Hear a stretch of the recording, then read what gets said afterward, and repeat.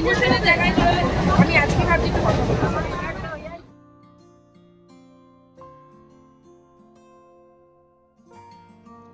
Good morning everyone, আমি সৌমি আর আমার চ্যানেলের আরও একটি নতুন ব্লগে আপনাদের সবাইকে স্বাগত। দেখতেই পেলেন ঘড়িতে এখন জাস্ট 4:30 বাজে। আজকে এত সকালে উঠেই আমাকে কাজকর্ম শুরু করতে হয়েছে, কারণ আজকে ছিল রবিবার আর বাবুয়ের আজকে থাকে ওই আউট অফ স্টেশন পড়া, মানে আমাদের পরের স্টেশন চাকদা, সেখানে পড়া। তো আমাকেই নিয়ে যেতে হবে আর কাজকর্ম তো আমাকেই কমপ্লিট করতে হবে। সেই জন্য এতটা সকালে না উঠে আমি যদি কাজ কিছুটা কমপ্লিট করে রাখি, বাবুকে যখন নিয়ে ফিরবো তখন আমার না ভীষণ অসুবিধা হবে, ভীষণ কষ্ট হবে। আর আজকাল রবিবার দিনকে যেন ভালো খাবার খেতে আমরা ভুলেই গেছি, মানে সকালের দিকে অন্তত। আর অ্যাকচুয়ালি বিকেলের দিকেও তাই, আমার ভালো লাগে না আর উটোপাটা করে সমস্ত কিছু কাজকর্ম করে যাই, তারপর আবার আসি, আমার আর তখন মনে হয় না যে ভালো ভালো কিছু রান্না করি। বেশিরভাগ দিনই চেষ্টা করি ওই শনিবারের খাবারগুলো একটু বেশি করে করে নিয়ে পরের দিনকে চালিয়ে দেওয়ার, আর যেদিনকে সম্ভবপর হয় না সেদিনকে আমাকে ওই অল্প রান্নার মধ্যেই চালাতে হয়। তো সকালে কাজকর্ম দেখতেই পেলেন সব আস্তে আস্তে আমি কমপ্লিট করে নিচ্ছি। আমার বিছানা তোলা কমপ্লিট, রান্নাঘরটাও ভালো করে একটুখানি মুছে টুছে নিলাম। আর হচ্ছে কি এবার আমি ঘরদোরগুলো সব ঝাড় দিয়ে নেবো ভালো করে। তো আর আজকে না এখন আর মুছবো না ঘরদোর, মানে এখন আর সম্ভব হবে না আমার মোছা।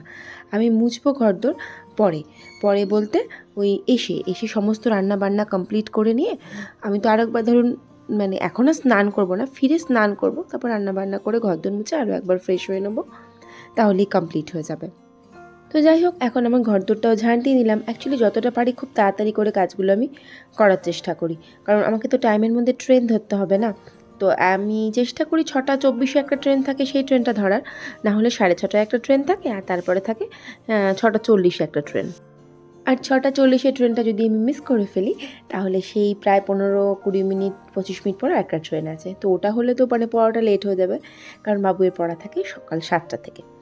তো এদিকে আমি একদম ফ্রেশ হয়ে নিয়েছি, নিয়ে জামা কাপড়টাও চেঞ্জ করে ফেললাম, আর যা যা লাগবে আনুষঙ্গিক জিনিসপত্র সব আমি নিয়ে নিলাম। আর হচ্ছে এদিকে আমি না মনে মনে ভাবছি ছাতাটা কোথায় গেল, ছাতাটা আমি কিছুতেই খুঁজে পাচ্ছি না। তো তমালকে আগের দিন বৃষ্টি হয়েছিল বলে দিয়েছিলাম, কী জানি কোথায় রেখেছে, তো পেলাম না বলে আমি ভাবলাম না বাবা, চালটা ভিজিয়ে রাখি, মানে বাড়িতে ঢুকবো, স্নান সারবো আর রান্না ঝমঝম বসাবো, ও হ্যাঁ পুজোটাও করার থাকবে আমার। তো এদিকে আমি চালটা ভিজিয়ে রেখে দিলাম, আর তমালের জন্য বিস্কুটটাও সামনে রেখে দিলাম, ও বেচারা উঠবে, উঠে একটু চা করে খেয়ে নেবে, ব্যাস। তো আজকে মানে এইটুকুর জন্য আমার কাজ কমপ্লিট। এবার আমি বাবুই উঠে পড়েছে, তো বাবুই উঠে ফ্রেশ হবে, আর ততক্ষণে আমার যা যা এক্সট্রা চুলটুলগুলো পরিষ্কার করে নেবো, মুখটা একটুখানি পরিষ্কার করে নেবো, নিয়ে আমি বেরিয়ে পড়বো।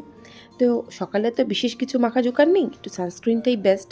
আর ভীষণ গরম লাগে, ওর 2 দিন পড়া থাকে, মানে দুপুরের পড়াটাতে বোধহয় আমার এত গরম লাগে না, সকালের পড়াটাতে আমার মানে এত গরম লাগে এই সময়টায় আমার, যে কি বলবো।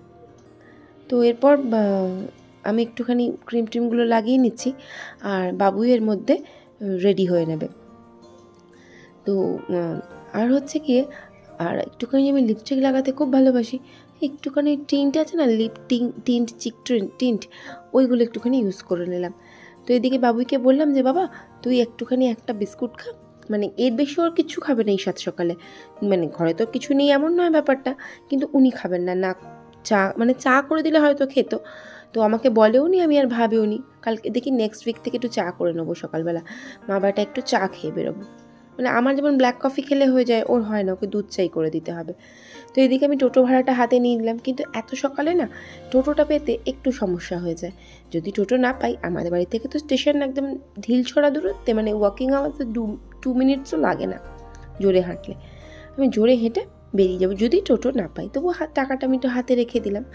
তো এবার আমি সোজা বেরিয়ে যাবো, আর তমাল দরজা কপাট দিয়ে দেবে, আর বেরিয়ে দেখি ইনি তো আমার ছেলের প্রিয়জন। যাই হোক, বেরিয়ে পড়লাম, আর আমি সোজা চলে এলাম এবার রানাঘাট স্টেশনে। আজকে স্টেশন চত্বরটা যেহেতু একদম সকালে 6:10-15 মতন বাজে, তো একদম স্টেশন চত্বরটা ফাঁকাই ছিল, মানে খুব ফাঁকা না হলেও ফাঁকাই বলা চলে, ফাঁকাই ছিল। আর স্টেশনে দেখলাম একটা পায়রা ট্রেনের জন্য ওয়েট করছিলাম, দেখলাম ওর খাবার সন্ধানে বেরিয়ে পড়েছে, তো আমিও বেরিয়ে পড়লাম, মানে আমরা সবাই মিলে বেরিয়ে পড়লাম। আর বাকি যারা মানে পরে পাবো তাদের সাথেও ট্রেনের ওঠার আগেই দেখা হয়ে গিয়েছিল, আমি ওয়েট করছিলাম, তারপর দেখলাম ওরাও ঢুকে গেল। তো এই যে বাবুইটা পড়তে ঢুকে গেল, আর এই যে এরা দুজন যাচ্ছে, আরও আসবে, আর হচ্ছে কি ওই যে ওখানে হলুদ বাড়িটা, ওই বাড়িটাতে ওরা পড়তে যায়। আর ঠিক বাড়িটার অপোজিটে আছে এই পার্কটা। সত্যি কথা বলতে এই পার্কটা না থাকলে না আমরা খুব সমস্যায় পড়ে যেতাম। কোথায় বসতাম, কোথায় দাঁড়াতাম, কী যে করতাম ভগবান জানেন। আর পার্ক বলে কথা, ভীষণ সুন্দর। আর ওই দূরে একটা জায়গা দেখা যাচ্ছে না, ওখানটা পাশে একটা বড় সুইমিং পুল আছে, ওখানে ছোটো ছোটো বাচ্চারা সাঁতার শেখে। খুব সুন্দর পার্কটা, চতুর্দিকে সবুজ সুন্দর সুন্দর গাছ, ভারী ভালো লাগে। আর এই যে পর্তুলিকা, এই পর্তুলিকা গাছগুলো আমার যে কী প্রিয় সে আমি কাউকে বলে বোঝাতে পারবো না। ভেবেছি এখান থেকে চুরি করে নিয়ে যাব একদিন। তারপর দেখলাম আমার এক বান্ধবী, মানে আমার ছেলের বন্ধুর মা আমাকে কিনে দিয়েছে, খুব সুন্দর। তো যাই হোক, বাড়ি চলে এসেছি আর পুজোটাও করে নিলাম। আর এদিকে তমালও বেরিয়ে গেল, আর বাবুইকে আমি এক গ্লাস দুধ দিয়ে দেবো।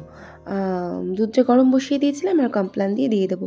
ও বললো মা বেশি কিছু খাবো না, কিন্তু দুধটা না আমি এতটাই বেশি গ্লাসে ভরে নিয়েছিলাম, মানে চলকে তো মানে পড়বে কমপ্লানটা ঢালার সাথে সাথে। তো যাই হোক, কোনো রকমের সন্তর্পণে আমি আস্তে আস্তে করে ওকে দুধটা গলিয়ে দিয়ে দিয়েছিলাম। আর সেরাম যেহেতু আজকে কিচ্ছু রান্না করবো না, আমার আর ভালোই লাগছে না। এখন ওই 10:30 পৌনে 11টা মতন বাজে। আমি বাড়ি ফিরে স্নান টান করে নিয়েছিলাম, কিন্তু চুলে না একটুখানি সেরাম লাগাবো ভেবেছিলাম, সেটা ভুলে গিয়েছিলাম। তাই ভাবলাম একটুখানি সেরামটা ইউজ করে নিই, তারপর তো এবার আমাকে রান্নার কাজে লাগতেই হবে।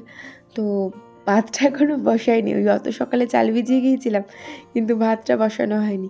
প্রথমে ভাবলাম একদম অল্প কিছু বাসন পড়েছিল, যে বাসনগুলো আমি ঝমঝম করে আগে মেজে ফেললাম। আর তারপরে এবার সোজা আমি রান্নাটা চাপিয়ে দিলাম, মানে একদিকে প্রেসার কুকারে আলু বসিয়ে দিলাম, মানে আলু সিদ্ধ, আর ভাতের চাল মানে ভাতটাও হাঁড়িটা গ্যাসটাও জ্বালিয়ে দিলাম। আর তমাল নিয়ে এসেছিলো ডিম, তো ডিমগুলো তোমাকে ধুয়ে তুলতে হবে। তো একটা একটা করে ডিম আমি আগে ভিজিয়ে দিলাম, খানিকক্ষণ একটু ভেজে লাগলো, খুব একটা নোংরা নয় ডিমগুলো, পরিষ্কারই। তো সাপোজ আমি ডিমগুলো একটা একটা করে সুন্দর করে ধুয়ে আমি রেখে দিলাম। জল ঝরে গেলে আবার তুলে ফেলে।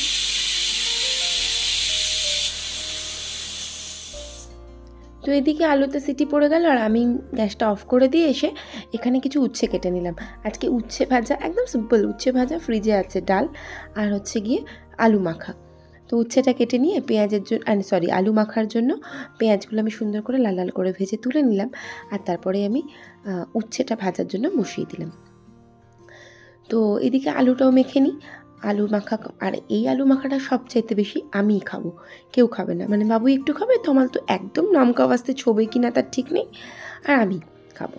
আর এদিকে আমি সকালবেলায় ছানাটা যে করে নিয়েছিলাম, কোথায় বিকেলে ভুলে যাব, আমার তো ভোলা অভ্যাস। তো ভাতও কমপ্লিট, সব কমপ্লিট, রান্নাবান্না টোটাল কমপ্লিট। আমি একটুখানি এখন শোবো। তো মানে টোটাল রান্নাঘর পরিষ্কার পরিচ্ছন্ন করে নিয়ে একটু আমি শুয়ে পড়বো, আমার আর ভালো লাগছে না। তারপরে বাবুই বোর মতো নিয়ে খেয়ে নেবে, আর পরে আমার যখন ভালো লাগবে আমি উঠে খাবো। তো এর ফাঁকে আমি ডালটাও গরম করে নিলাম, কারণ বাবুই আবার পারবে কি ভুলে যাবে তার ঠিক নেই। তো সবার খাওয়া দাওয়া কমপ্লিট হয়ে গেছিলো, আমার জন্যই সব পড়ে আছে।